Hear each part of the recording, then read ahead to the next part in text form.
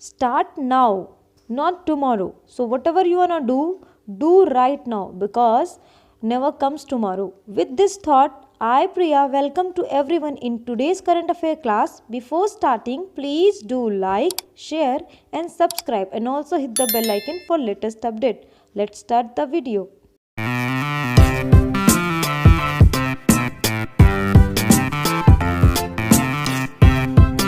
शुरू करते हैं हमारे प्रीवियस डे के क्वेश्चन से। हमारा क्वेश्चन है, which of the following countries was recently declared as reciprocating territory of India. Bharat ने हाल ही में निम्नलिखित में से किस देश को पारस्परिक क्षेत्र घोषित किया है।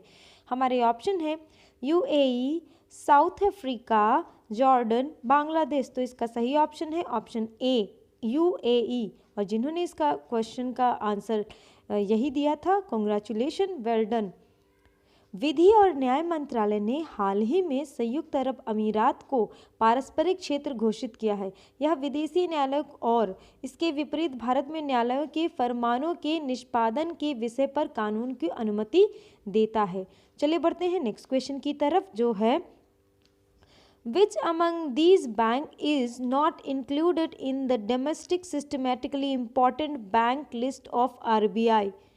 इनमें से कौन सा बैंक आरबीआई के घरेलू व्यवस्थित रूप से महत्वपूर्ण बैंक की सूची में शामिल नहीं है। तो हमारे ऑप्शन है SBI, Punjab National Bank, ICICI Bank, HDFC Bank. तो इसका सही ऑप्शन है option B, Punjab National bank.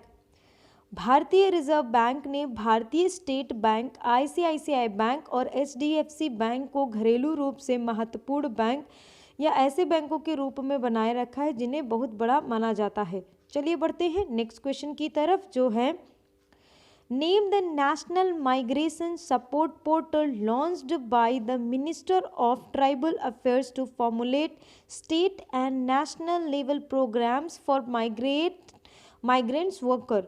प्रवासी श्रमिकों के लिए राज्य और राष्ट्रीय स्तर के कार्यक्रम तैयार करने के लिए जनजातीय मामलों के मंत्रालय द्वारा शुरू किए गए राष्ट्रीय प्रवासन सहायता पोर्टल का नाम बताइए। तो हमारे ऑप्शन है सेवा शक्ति, श्रम शक्ति, स्वर्ण शक्ति, शिव शक्ति। तो इसका सही ऑप्शन है ऑप्शन बी, श्रम शक्ति। केंद्रीय जनजातीय मामलों के मंत्री श्री अर्जुन मुंडा ने 22 जनवरी 2021 को पणजी गोवा में आयोजित एक आभासी कार्यक्रम के दौरान राष्ट्रीय प्रवासन सहायता पोर्टल श्रम शक्ति का शुभारंभ किया। यह पोर्टल राज्य और राष्ट्रीय स्तर के कार्यक्रमों के सुचारू रूप से निर्माण में सरकार की मदद करेगा और ये प्रवासी श्रमिकों के लिए है। चलिए बढ़ते हैं नेक्स्ट क्वेश्चन की तरफ, जो है the new 4-lane तलतेज शैलाज Ranchhandra railway overbridge has been inaugurated in which city recently? हाल ही में किस शहर में नए 4-लेन थलतेज शिलाज रेलवे ओवरब्रिज का उद्घाटन किया गया है। हमारे ऑप्शन है हैदराबाद, अहमदाबाद, लेह, देहरादून। तो इसका सही ऑप्शन है ऑप्शन बी, अहमदाबाद। 21 जनवरी 2021 को केंद्रीय गृह मंत्री श्री अमित शाह जी ने वीडियो कॉन्फ्रेंसिंग के माध्यम से गुजरात के अहमदाबाद शहर में नए 4-लेन थलतेज शिलाज रामचंद्रा रेलवे ओवरब्रिज का उद्घाटन किया है। चलिए बढ़ते हैं नेक्स्ट क्वेश्चन की तरफ, जो है India's longest road arch bridge वारू bridge has been launched in which state? Bharat के सबसे लंबा सड़क आश्रय ब्रिज वाह ब्रिज किस राज्य में शुरू किया गया है? हमारे ऑप्शन हैं लद्दाख, मेघालय, सिक्किम, उत्तराखंड। तो इसका सही ऑप्शन है ऑप्शन बी, मेघालय। मेघालय के मुख्यमंत्री श्री कॉनराड के संगमा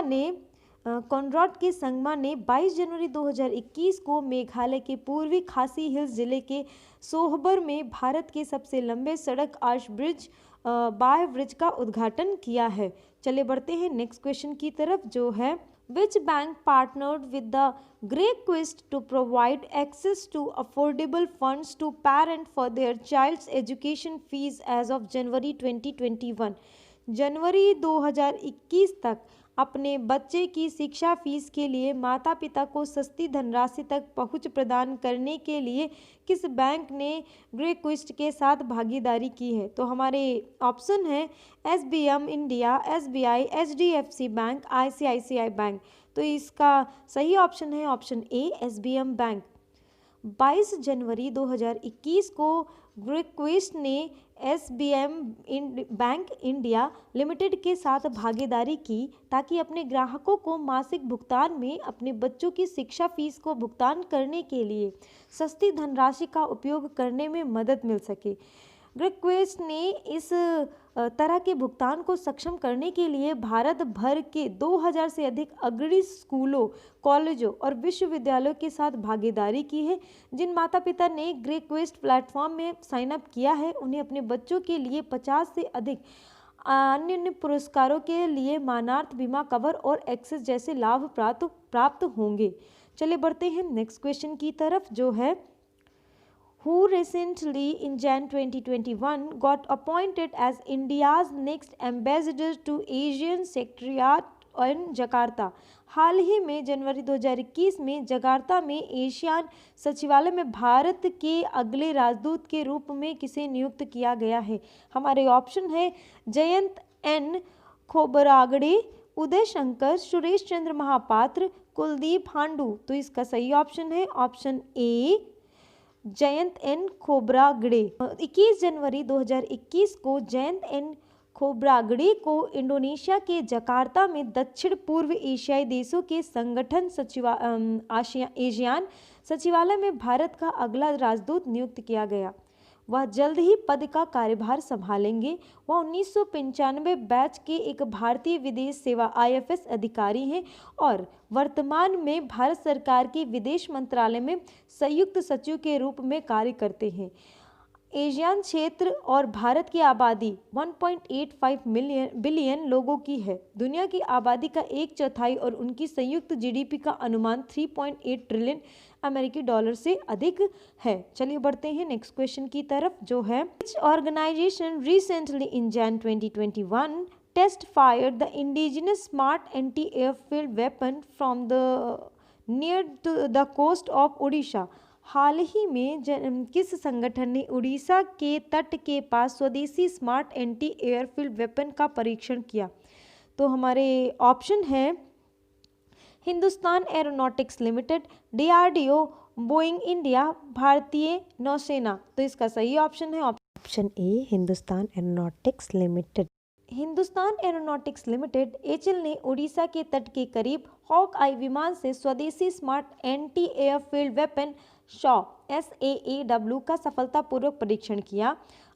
यह भारतीय हॉक MK-132 से दागा जाने वाला पहला स्मार्ट हथियार है। यह HAL के हॉक आई कार्यक्रम के तहत रक्षा अनुसंधान और विकास संगठन DRDO के हैदराबाद के अनुसंधान केंद्र इमरत द्वारा विकसित किया गया है। SAAW 125 किलोग्राम श्रेणी का एक सटीक स्ट्राइक हथियार है। इसकी रेंज 100 किलोमीटर है और इसका इस्तेमाल दुश्मन की संपत्ति जैसे रडार, बंकर, टैक्सी ट्रैक और रनवे पर हमला करने के लिए किया जा सकता है। चलिए बढ़ते हैं हमारे आज के क्वेश्चन ऑफ द डे की तरफ, जो है Who authored the book The Making of Aadhaar, World's Largest Identity Platform? The Making of Aadhaar, World's Largest Identity Platform पुस्तक किसने लिखी है? हमारे ऑप्शन है जे सत्यनारायण, नरेंद्र मोदी, राम सेवक शर्मा, वेंकैया नायडू। तो इसमें से जो भी ऑप्शन आपको सही लग रहे हैं कमेंट बॉक्स में कमेंट करके बता सकते हैं। और अगर आपको मेरी ये वीडियो अच्छी लगे तो प्लीज़ इस वीडियो को लाइक करें, ज़्यादा से ज़्यादा लोगों को शेयर करें और चैनल पर पहली बार आए हैं तो चैनल को सब्सक्राइब करते वक्त वो जो घंटी दिख रही है उसे बजाना बिल्कुल भी ना भूलें, ताकि जब भी हम नया वीडियो डालें आपको नोटिफिकेशन मिल जाए। Thank you.